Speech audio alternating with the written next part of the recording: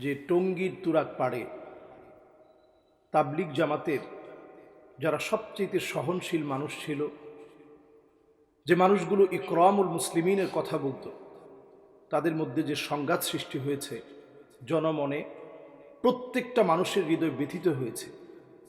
মুসলিম বলতে আমাদের দেশের যত মানুষ আছে তারা প্রত্যেকেই দাওয়াতি মেহনতের এই কাজকে অনেক ভালোবাসে। আমি নিজেও দাওয়াতি মেহনতের এই কাজকে অত্যন্ত প্রশংসার সাথে বিভিন্ন ভিডিওতে উল্লেখ করেছি।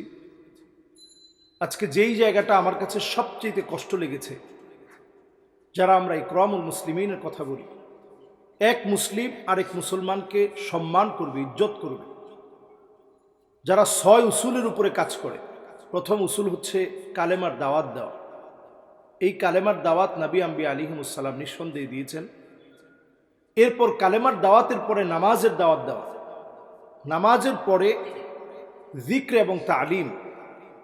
জিকির এবং তালিম এটা অত্যন্ত গুরুত্বপূর্ণ। এই গুরুত্বপূর্ণ জায়গাটা যে ভাইয়েরা কথা বলেন, যে ভাইয়েরা কাজ করেন, নিরলস প্রচেষ্টার মধ্য দিয়ে মানুষকে তাশকিল করেন। চতুর্থ নাম্বারে যেই জায়গাটা অত্যন্ত গুরুত্বের সাথে ওনারা ব্যক্ত করেন, সেটি হচ্ছে ইকরামুল মুসলিমিন। আরেকজন মুসলিমকে, তাদের উসুল বা নিয়ম হচ্ছে আরেকজন মুসলিমকে সম্মান করবে। পঞ্চম নাম্বার গুরুত্বপূর্ণ বিষয়টি হচ্ছে সহি নিয়ত, নিয়তকে পরিশুদ্ধ করা। এবং ষষ্ঠ নাম্বার যে উসুলটি নিয়ে ওনারা কাজ করেন সেটি হচ্ছে দাওয়াত তাবলীগ। এই সকল মেহনত যে ভাইদের দ্বারা এতদিন ধরে আমরা দেখে আসছি, আজকে হঠাৎ করেই তাদের মধ্যকার যে সমস্ত বিশৃঙ্খলা এখন আমাদের চোখে পড়ছে, এটা আমাদেরকে অত্যন্ত কষ্ট দেয়। আমাদের মুসলমানরা সেখানেই পরাজিত হয়েছে যেখানে মুসলমানদের ঐক্য বিনষ্ট হয়েছে। যুগে যুগে আমরা যদি দেখি, ইয়ারমুকের যুদ্ধে মুসলমানদের সংখ্যা ছিল মাত্র 36,000। খালিদ বিন ওয়ালিদ রাদিয়াল্লাহু তাআলা আনহু ওয়া আরদাহু এর নেতৃত্বে মাত্র 36,000 সাহাবী সেই সময় রোমকদের বিরুদ্ধে লড়বে। রোমকদের বিরুদ্ধে লড়তে গিয়ে খালিদ বিন ওয়ালিদ রাদিয়াল্লাহু তাআলা আনহু চিঠি লিখলেন এবং বললেন যে আসলিম তাসলাম, ইসলাম গ্রহণ করো তাহলে তোমরা শান্তি পাবে, আর যদি ইসলাম গ্রহণ না করো আমরা জিহাদের জন্য প্রস্তুতি নিচ্ছি। এই চিঠি পাওয়ার পরে রোমক সম্রাট সেই সময়ে চীনের সম্রাটের কাছে চিঠি লিখল এবং সেই চিঠির মধ্যে বলল যে মুসলমানরা আমাদেরকে হামলা করার জন্য আসছে, তোমাদের সাহায্য আমরা প্রত্যাশা করি। চীনের সম্রাট তখন লিখেছিল যে ইন্না কাউমান লাউ আরাদু আন ইয়াখলা আল জাবাল লাখালাউহ, মুসলমানরা এমন এক জাতি, তারা যদি চায় যে পাহাড়কে সরিয়ে ফেলবে, পাহাড় সরতে বাধ্য হবে। আমরা সে জাতি যারা পাহাড়কে বললে পাহাড় সরে যাবে বলে চীনের সম্রাট সেই সময় চিঠি লিখলেন। আজকে সেই জাতি নিজেরা যখন মারামারি করি, তো যেই জাতি যাদেরকে এতটা ভয় পেত সেই সময়ের পরাশক্তি, মাত্র 3,000 সাহাবী রিদওয়ানুল্লাহি আলাইহিম আজমাইন, ওনাদের আত্মত্যাগ এবং কোরবানির ফলে ইয়ারমুক মুসলমানরা বিজয় করে এবং ইয়ারমুকের যুদ্ধে মুসলমানরা বিজয়ী হয়। বলার উদ্দেশ্য হচ্ছে এই, আমরা সেই মুসলিমরা আত্মদ্বন্দ্ব, নিজস্ব কলহের ভিতরে এত বেশি জড়িয়ে পড়েছি। বাংলাদেশে যদি ইজতিমা না হয়, বাংলাদেশের তেমন বড় কোনো ক্ষতি হবে না, কিন্তু মুসলমানের ঐক্যের যে ফাটল ধরছে, আজকে বিভিন্ন জায়গাতে আমাদের মুসলিমরা আমরা পরিচয় দিচ্ছি যে আমরা সাতপন্থী। এই সাতপন্থী পরিচয় দিয়ে আলেম ওলামা মাদ্রাসার ছাত্রদের উপরে ঝাঁপিয়ে পড়ে মানুষকে শহীদ করে দেওয়ার যে দৃষ্টান্ত আমরা দেখছি, যে দৃষ্টতা আমাদের চোখের মধ্যে পড়ছে, এবং সেই হত্যাগুলোর পরে আমরা আনন্দ করছি, উল্লাস করছি, এবং আমরা বলছি মা বাবার জন্য যেমন সন্তান সব করতে পারে, সাদ সাহেবের জন্য আমরা সব করতে পারি। এই যদি মুসলমানের বক্তব্য হয়, আমি কোরআনুল কারীমের আয়াত থেকে আপনাদেরকে বোঝাতে চাই। আল্লাহ রাব্বুল আলামিন নবীজিকে বললেন, কুল হুয়াল কাদির আলা আইয়াবআস আলাইকুম, কুল হুয়াল কাদির আলা আইয়াবআস আলাইকুম আযাবাম মিন ফাওকিকুম।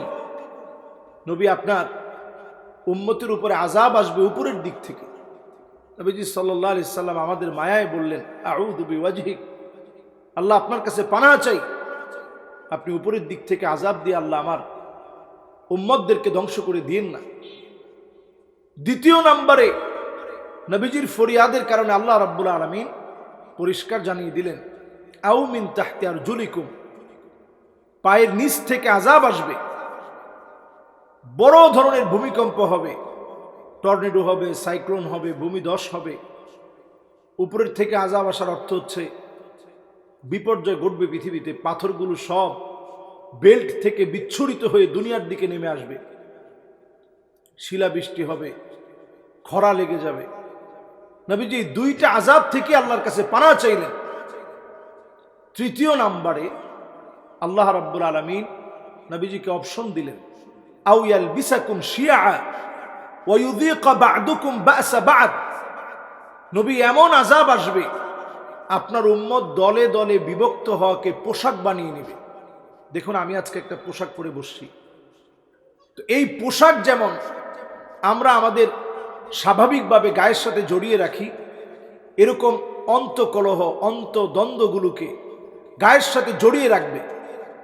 নবীজি যখন এই অপশনটা পেলেন, আল্লাহর কাছে বললেন যে আল্লাহ, আগের দুইটার চাইতে তো অন্তত এটি একটু সহজ। আমার উম্মত হয়তো ভাই ভাই কিছুদিন ভুল বোঝাবুঝি হবে, পরে ঠিক হয়ে যাবে।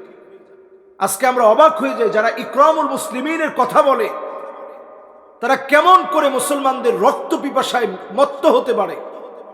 তাবলিগ জামাতের এই মেহনতকে যারা ধ্বংস করার অপচেষ্টা চালাচ্ছে।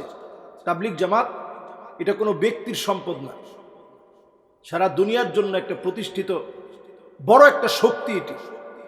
আমি জর্ডানে সফর করেছি, ওয়ার্ল্ডের বিভিন্ন দেশে গিয়েছি, আমি দেখেছি সকল জায়গায় নিরলস প্রচেষ্টার মধ্য দিয়ে ইসলামের অনিন্দ সুন্দর বিষয়গুলো তারা উপস্থাপন করছে সারা দুনিয়ার ভিতরে। এই সুন্দর দাওয়াতের মেহনতকে যারা প্রশ্নবিদ্ধ করছে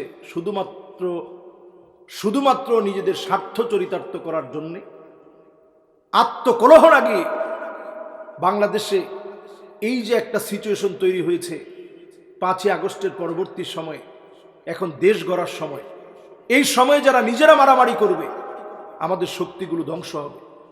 এজন্য যারা নিজেদেরকে সাতপন্থী বলে দাবি করছেন, আমি আপনাদেরকে করজোরে হাত জোড় করে মিনতি করছি আপনাদের কাছে, এই অন্তদ্বন্দ্বগুলা বন্ধ করেন। ইসলামের সামনের যে সুশীতল বিজয় আসছে, নাসরুম মিনাল্লাহি ওয়া ফাতহুন করিব, এই বিজয়ের জন্য অগ্রসর হন। আগামীর পৃথিবীর নেতৃত্ব দিবে মুসলমানেরা। কারণ নবী করিম সাল্লাল্লাহু আলাইহি সাল্লাম পরিষ্কার বলেছেন, এই পৃথিবীর ভিতরে মুলুকান জাবারিয়া, স্বৈরাচারী শাসকদের পরে এই পৃথিবীর ভিতরে একটা শাসন আসবে, যেই শাসনটার নাম হবে সুম্মা তাকুনু খিলাফাতান আলা মিনহাজি নবুওয়াতিন। আল্লাহর নবীর রেখে যাওয়া আদর্শ অনুযায়ী রাষ্ট্র চলবে। এই রাষ্ট্র গঠনের জন্য এখন আপনি অগ্রগামী ভূমিকায় আসেন। নিজেদের মধ্যে দ্বন্দ্ব ভুলে গিয়ে সবাই কাঁধে কাঁধ মিলিয়ে কাজ করি। আমরা এই ধরনের কলহগুলো ভুলে যাই। দাওয়াতি মেহনত যে যেভাবে করছে, প্রত্যেকের কাজটাকে আমরা বড় করে দেখি। সকলের কাজগুলোকে একত্রে নিয়ে আমরা মনে করি আল ইত্তিহাদ ইউকাউইল কিল্লাহ ওয়াল ইখতিলাফু ইউদঈফুল কাসরা। আমাদের এই ভাঙন ফাটল দিন দিন চলতে থাকলে আমরা আরো দুর্বল হয়ে পড়ব। আর যদি একটু একত্রিত হওয়ার চেষ্টা করি, অন্তত আপনি ঐক্যের চেষ্টা করলেন, আপনি ঐক্য বিনষ্ট করলেন না। আপনার এই কারণে আল্লাহ রাব্বুল আলামিন আপনার এই কাজকে শক্তিশালী করবেন। আর মারামারিকে আপনারা স্বাদের বিষয় মনে করবেন না, এটা কিন্তু বড় ধরনের আযাব।